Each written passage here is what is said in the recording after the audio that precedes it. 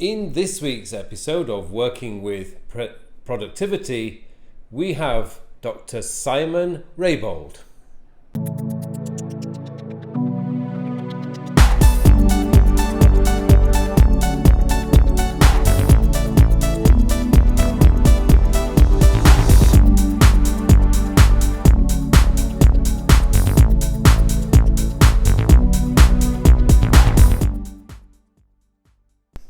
Hello and welcome to Working with Productivity, and in this week's episode I am delighted to have a guy who I really admire because I have learned so much from him and his book on how to create really compelling presentations. His name is Simon Raybould.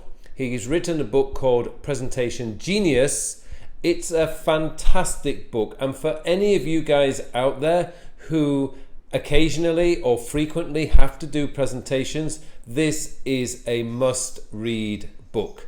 This book, together with Presentation Zen, are the two books on presentations that I would highly recommend. But Simon hasn't just written a book, he has a fantastic blog, which I'm going to put a link into here, again linked to Presentations Genius.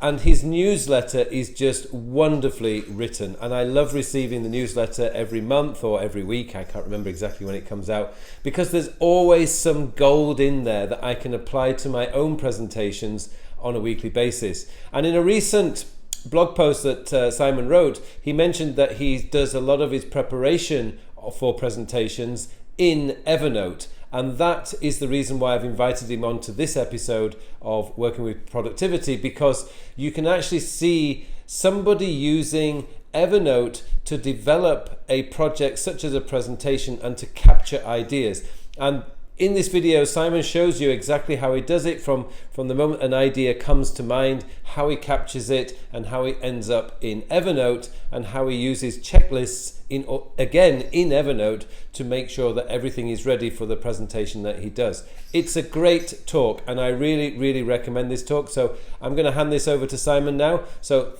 thanks again, guys, for watching this episode, and I'm sure you're going to find a little piece of gold in this video. So over to you, Simon. Hello, Carl. Hello, everybody else. My name's Simon Raybould. I'm a presentation skills trainer.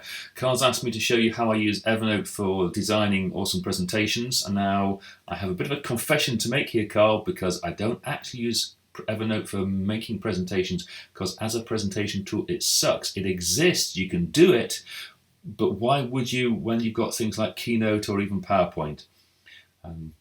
What Evernote does, and does superbly well, is work as a research tool for when I'm getting my act together before I actually design those presentations. So hopefully this will be useful to folks. Okay, so here we are inside my Evernote. You can see how I've got it set up here. Number of notebooks. I try and keep things neat and tidy, so they're set up in stacks of notes, and there's one in particular there for presentations research.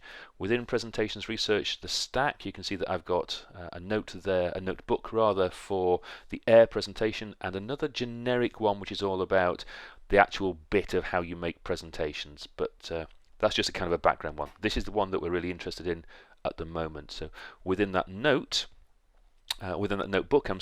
that's where individual notes will go as I create them. And the first one there is always my admin one. This is where all the dirty stuff happens. You can see I've got it set up in my shortcut so I can copy it across very easily whenever I've got a new presentation coming up. And actually I've got it as a template too, so everything gets sorted out very quickly. And you can see that I've got everything set up here to really be able to rock and roll very quickly, to make sure that nothing gets forgotten about as I'm doing the admin for the presentation. I can't begin to describe how handy this little trick is. Down the bottom, there are things like, how will I know it's a success? What does success look like? How am I going to measure it? And then there's also, and these are kind of a pro tip, which is more to do with presenting than anything else, topics called gotchas and randoms.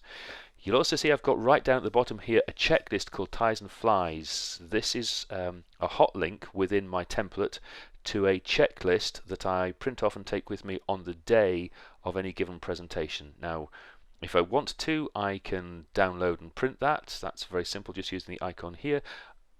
No need to do that now because that's a pretty straightforward thing to do within Evernote, but you get the idea. It's an enormous time saver and gets me up and running very, very quickly. As I say, I've got it as a shortcut and as a template, so things work out really very, very quickly to get me started. Okay, so the second way I use Evernote is in my research. A lot of that is done when I'm sitting here at the office. That's great, and I'll show you how to do that in just a second. But the other thing that strikes me is that sometimes I have bright ideas and stuff when I'm out and about. So I've got myself a little Evernote moleskin here. You can do it with anything, but I kind of really like the class of this.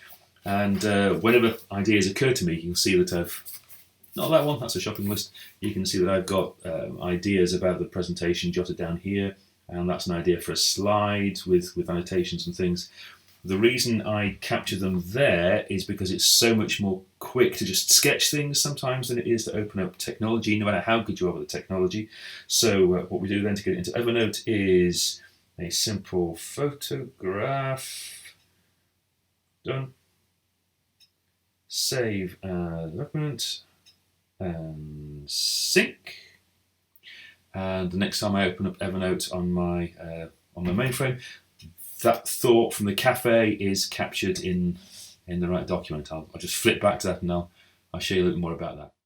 Okay, so here we are back inside Evernote, and you can see here's the diagram that I sketched in the cafe. There's the note of it. You'll notice that it's gone to my default folder. That's just because I often work on so many things at once. It's just quicker to change it once it's gotten here rather than try and make sure I send it to the right folder in the first place. But as you can see, it's just a matter of a few clicks to shift it across to the right workbook. So just check notes that open the stack and then open the workbook and the notebooks rather than the notes, and there you go. You can see the individual notes captured from a cafe. It means that I don't ever have to stop, risk losing anything, or share anywhere else. Now, the way that I get stuff in from the web, I think is probably the same as almost everybody else gets stuff in from the web. So I find myself an interesting little article here about using your mental energy. You'll see up in the top right hand corner, because I'm using Chrome, I've got the extension which allows me to link directly to Evernote. I can't begin to describe how handy this is. You can save it in any one of a number of ways, but I typically save it as a simplified article, and this time it's so easy to make sure it does go to the right place. I do that. Just add a tag. I don't need to do that. I'm doing it just in case it goes to the wrong place, and then I can do a search within Evernote. Hit save. Job's a good one because it automatically syncs, and that's it. Next time I go to Evernote, that article appears magically inside my Evernote folder in the right place. There you go. Magically done and dusted. It's a fantastic way of getting all your notes in the same place without breaking sweat. What more can I say? Okay, that's it. There's a lot more in terms of the detail, but you've probably got the idea now. To be honest, I'm just using Evernote in the way I think almost everybody uses Evernote. It's as an ideas capture and as a organizational administrative tool. So hi, bye. I'm Simon. If you want to know more, it's presentationgenius.info. But I hope that's been really useful. Take care, everybody.